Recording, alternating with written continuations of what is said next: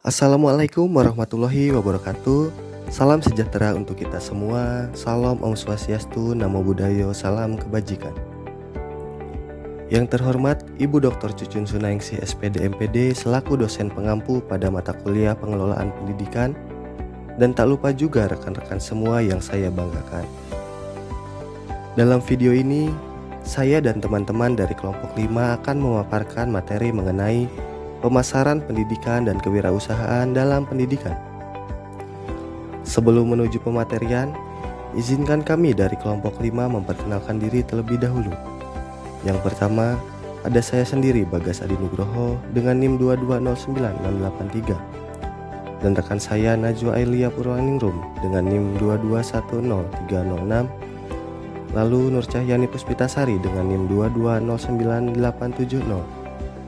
Selanjutnya Rafida Askia Nur Aulia dengan NIM 2209923. Baik, langsung saja kita menuju ke pematerian. Yang pertama akan dipaparkan oleh rekan saya Rafida Askia Nur Aulia. Definisi pemasaran pendidikan. Menurut Kotler, pemasaran merupakan satu proses sosial dan manajerial di mana individu dan kelompok mendapatkan kebutuhan dan keinginan mereka dengan menciptakan, menawarkan, dan bertukar sesuatu yang bernilai satu sama lain. Sedangkan pendidikan sendiri adalah usaha sadar untuk merubah pola pikir, apresiasi, dan kebiasaan manusia melalui kegiatan bimbingan, pengajaran, dan latihan bagi mereka di masa depan. Dalam pemasaran pendidikan, pendidikan ini sebagai suatu produk jasa yang merupakan sesuatu yang tidak berbentuk namun mampu memenuhi kebutuhan dan keinginan konsumen. Jadi, pemasaran dalam konteks jasa pendidikan adalah suatu proses manajerial untuk mendapatkan kebutuhan dan keinginan dengan menciptakan penawaran, pertukaran produk yang bernilai dalam bidang pendidikan dengan tujuan menghasilkan kepuasan bagi pihak-pihak yang terlibat. Selanjutnya ada tujuan dan fungsi pemasaran pendidikan. Tujuan pemasaran pendidikan yang pertama yaitu untuk memberi informasi kepada masyarakat tentang produk lembaga pendidikan. Yang kedua, untuk meningkatkan ketertarikan masyarakat pada produk lembaga pendidikan. Yang ketiga, untuk membedakan produk lembaga pendidikan dengan lembaga pendidikan lainnya. Yang keempat, untuk menstabilkan eksistensi lembaga pendidikan di mata masyarakat. Lalu ada fungsi dari pemasaran pendidikan. Fungsi dari pemasaran pendidikan yaitu sebagai langkah awal sebuah lembaga pendidikan ketika harus menyeimbangkan ketatnya persaingan dalam memperoleh pelanggan. Pemasaran pendidikan juga berguna sebagai langkah untuk mengimbangi posisi pendidikan di era persaingan global. Selanjutnya ada bauran pemasaran jasa pendidikan. Menurut Kotler, bauran pemasaran merupakan seperangkat alat pemasaran perusahaan untuk mencapai tujuan pemasaran. Dalam konteks pendidikan, bauran pemasaran ini merupakan unsur yang penting yang disatukan untuk menghasilkan strategi yang dapat digunakan untuk memenangkan persaingan dan juga sebagai alat kontrol lembaga pendidikan untuk mendapatkan apresiasi target yang diinginkan. Bauran pemasaran jasa pendidikan ini ada 7 yang sering disebut dengan 7P, yaitu product, price, place, promotion, process, people, and physical evidence. Yang pertama ada produk atau produk. Produk adalah segala sesuatu yang ditawarkan untuk dijual. Produk dalam konteks jasa pendidikan berupa reputasi, prospek, variasi pilihan, dan mutu pendidikan yang baik. Yang kedua ada price atau harga. Harga dalam konteks jasa pendidikan adalah seluruh biaya yang dikeluarkan untuk mendapatkan jasa pendidikan yang ditawarkan, seperti SPP, investasi bangunan, biaya laboratorium, dan lain-lain. Yang ketiga ada place atau lokasi. Lokasi dalam konteks jasa pendidikan adalah tempat lembaga pendidikan itu berada. Lokasi yang strategis, nyaman, dan mudah dijangkau akan menjadi daya tarik tersendiri dibandingkan dengan lokasi sekolah yang dekat pemakaman atau dikenal angker. Yang keempat ada promotion atau promosi. Promosi ini adalah kegiatan mengkomunikasikan penjualan produk di pasaran dan berhubungan langsung dengan masyarakat. Promosi ini bertujuan untuk memberikan informasi dan meyakinkan konsumen akan manfaat produk yang dihasilkan.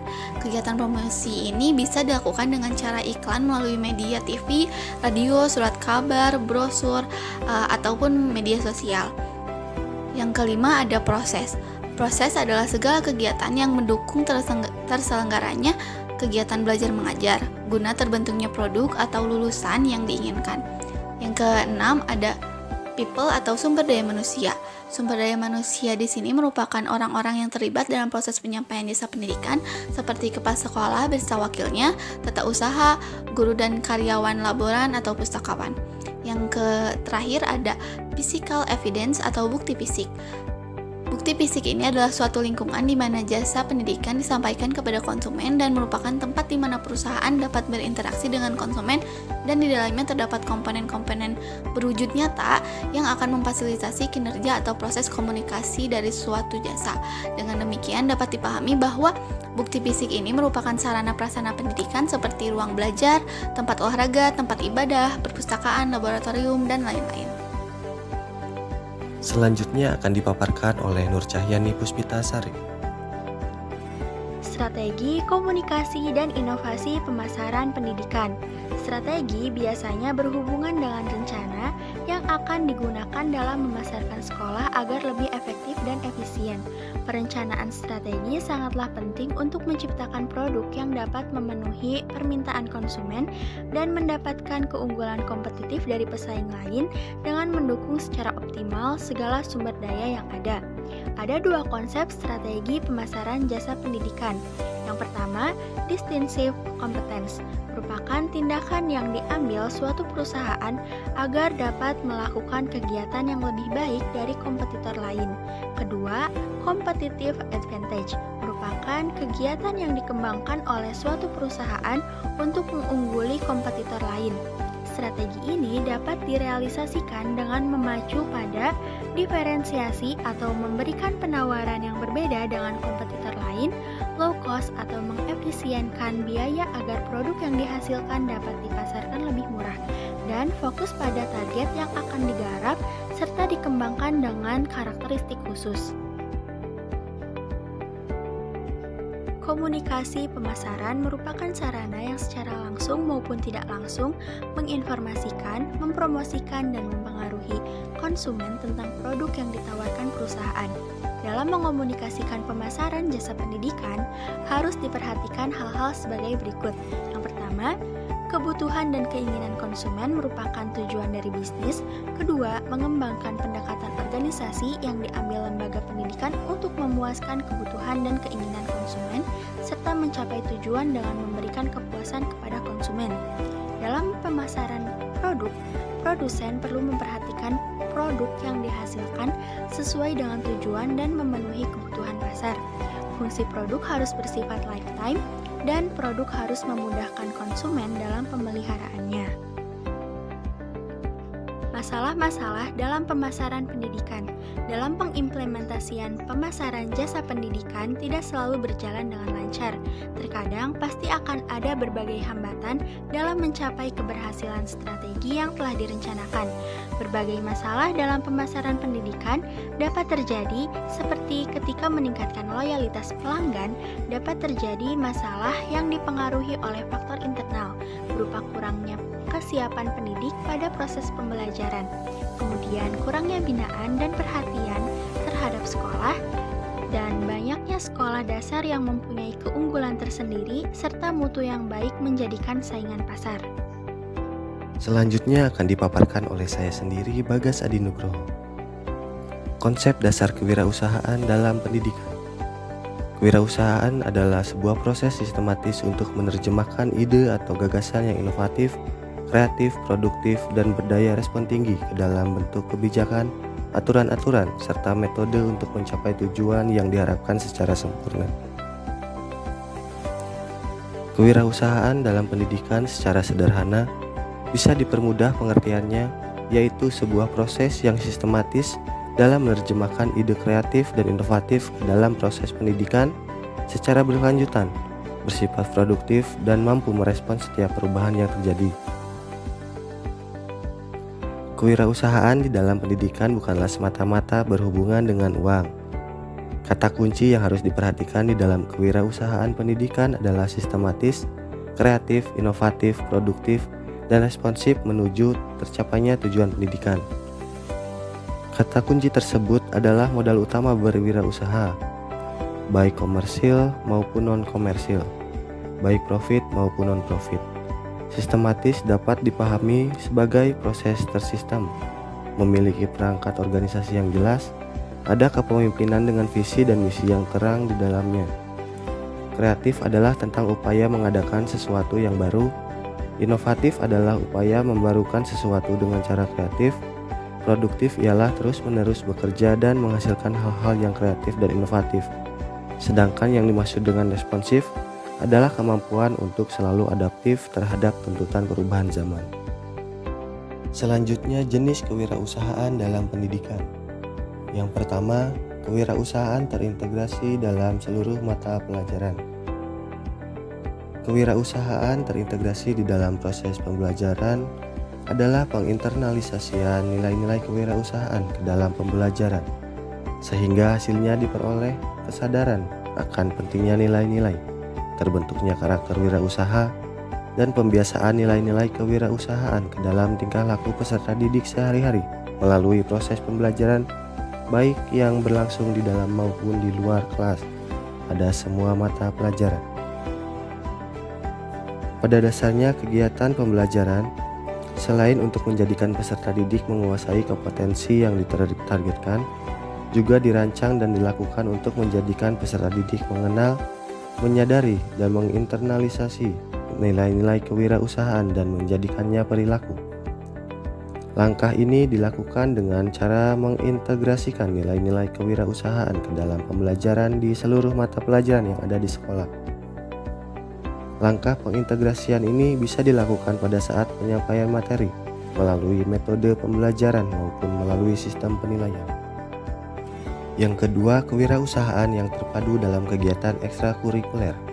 Kegiatan ekstrakurikuler adalah kegiatan pendidikan di luar mata pelajaran dan pelayanan konseling untuk membantu pengembangan peserta didik sesuai dengan kebutuhan, potensi, bakat, dan minat mereka melalui kegiatan yang secara khusus diselenggarakan oleh pendidik dan atau tenaga kependidikan yang berkemampuan.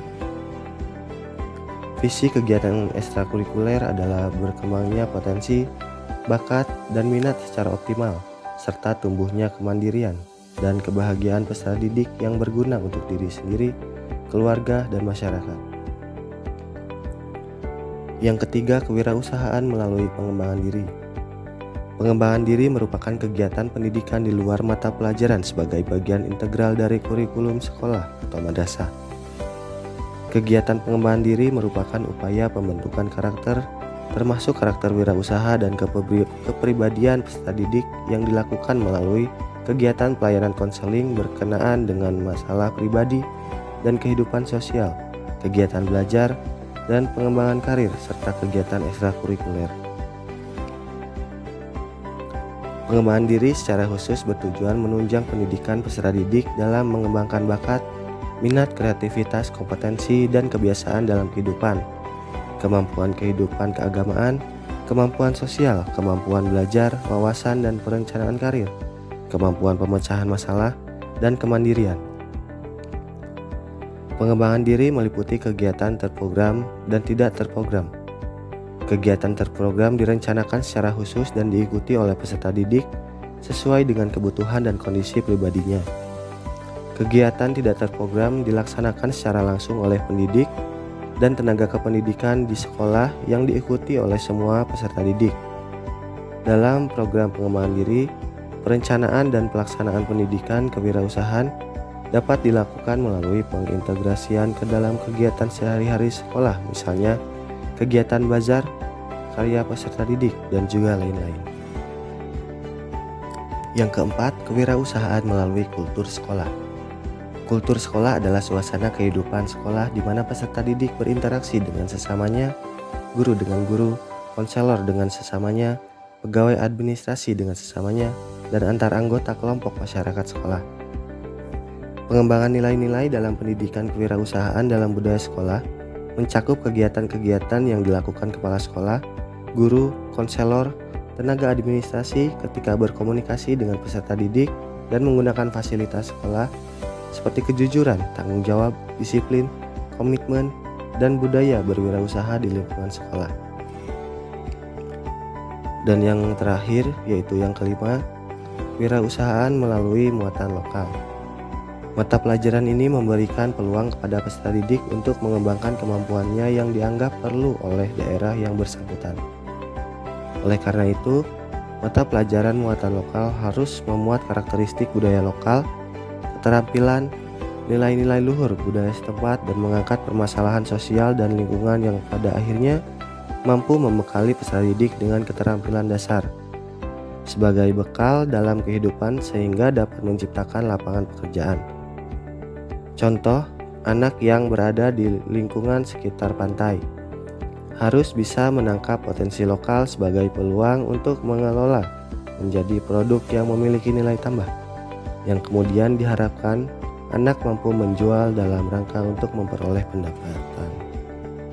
Selanjutnya akan dipaparkan oleh Najwa Ailia Purwaningrum. Strategi kewirausahaan dalam pendidikan. Strategi kewirausahaan merupakan langkah-langkah pokok yang harus dilakukan oleh seorang kepala sekolah dalam menjadikan sekolahnya sebagai organisasi yang berkewirausahaan. Adapun strategi kewirausahaan menurut Lupiadi dan Wacik sebagai berikut. Yang pertama, ada pengembangan visi dan misi. Visi dan misi merupakan suatu gambaran dari sebuah sekolah sebagai sebuah cita-cita yang ingin diwujudkan oleh sekolah tersebut pada masa yang akan datang. Setelah sekolah tersebut memiliki visi dan misi, maka akan disebarluaskan oleh kepala sekolah yang lainnya dan semua pihak yang bersangkutan dengan pendidikan di sekolah dasar yang akan melahirkan misi dan program-program yang mengandung dalam praktik kewirausahaan. Yang kedua, dorongan inovasi. Strategi ini dapat menumbuhkan dan mengembangkan sebuah gagasan orisinil dan inovatif. Adapun agenda inovasi ini yang mengarah kepada perangkat mutu yang menggambarkan kebutuhan serta harapan pada pendidikan dari semua pihak yang berkepentingan. Sebagai alternatif, ada dua unsur yang menjadi pertimbangan dalam merangkai sebuah inovasi yang terdiri pada unsur-unsur internal yang berisi pembelajaran yang dilakukan oleh peserta didik, pengembangan kurikulum pendidikan, kompetensi keprofesionalan guru, sarana dan pengembangan sarana fasilitas pendidikan, pembiayaan pendidikan, pengembangan budaya sekolah, serta perilaku manajemen sekolah. Pada unsur-unsur eksternal terdiri pada perhatian dan partisipasi orang tua ataupun masyarakat, serta kondisi lingkungan sosial budaya masyarakat. Yang ketiga, ada penstrukturan iklim intrapreneurial. Strategi ini adalah yang mendukung ataupun melaksanakan agenda inovasi. Strategi ini berada pada pengimplementasian proyek inovasi sehingga menekan pada proses internal organisasi dalam memantapkan sistem manajemennya. Dengan ini, maka seorang kepala sekolah harus memiliki keterampilan untuk menjalankan kewirausahaan pendidikan di sekolahnya seperti sebagai berikut. Yang pertama ada menaksir peluang bisnis, yang kedua ada mengembangkan gagasan dan peluang pasar, yang ketiga ada menaksir kemampuan diri dan mencari modal, dan yang keempat ada memulai dan mengelola suatu usaha dalam sekolahnya. Untuk selanjutnya ada praktik kewirausahaan. Praktik kewirausahaan ini merupakan suatu kegiatan pembelajaran yang diterapkan di lembaga pendidikan dengan menggunakan keterampilan, pengetahuan, dan juga sikap yang telah dipelajari terlebih dahulu. Dalam praktik kewirausahaan ini, tentu ada hal-hal yang mesti diperhatikan, yaitu sebagai berikut. Yang pertama, ada innovation yang dilakukan oleh guru sebagai pendorong. Yang kedua, ada triggering event, suatu hal kejadian yang mendorong untuk berwirausaha. Yang ketiga, ada implementasi, sudah siap dengan komitmen. Dan yang keempat, ada goal. Pendidikan kewirausahaan ini dapat dilakukan secara terpadu dengan kegiatan-kegiatan lainnya yang berada di sekolah. Adapun dalam lingkungan sekolah, kewirausahaan ini dapat diinternalisasikan dalam beberapa kegiatan sebagai berikut. Yang pertama, ada pendidikan kewirausahaan terdapat pada semua mata pelajaran. Maksudnya ialah bahwa penginternalisasian nilai-nilai kewirausahaan dalam semua mata pelajaran bertujuan agar peserta didik sadar akan pentingnya nilai-nilai yang menumbuhkan karakter wirausaha dan pembiasaan kewirausahaan dalam kehidupan sehari-hari dan tingkah laku peserta didik. kedua ada pendidikan kewirausahaan dalam pengembangan diri. Kegiatan pengembangan diri ini merupakan kegiatan yang berada di luar mata pelajaran sekolah. Akan tetapi, masih termasuk ke bagian integral kurikulum sekolah. Pengembangan diri ini dilakukan dengan pengembangan kompetensi dan kebiasaan dalam sehari-hari. Pengembangan diri ini juga memberikan kesempatan untuk peserta didik untuk mengekspresikan diri mereka yang berbeda-beda. Dan yang ketiga ada pengintegrasian pendidikan kewirausahaan dalam buku ajar. Buku ajar merupakan komponen pembelajaran yang paling berpengaruh terhadap apa yang terjadi pada proses pembelajaran. Maka, nilai-nilai kewirausahaan dapat dimasukkan ke dalam buku bahan ajar. Karena dengan bahan ajar ini, guru seringkali mengajar dengan mengikuti alur dari urutan-urutan buku ajar ini dan bisa menerima cukup untuk masuk pada mata pelajaran. Baik, cukup sekian pemaparan yang dapat kami sampaikan. Terima kasih banyak untuk yang sudah menonton dan memperhatikan. Semoga bermanfaat. Wassalamualaikum warahmatullahi wabarakatuh.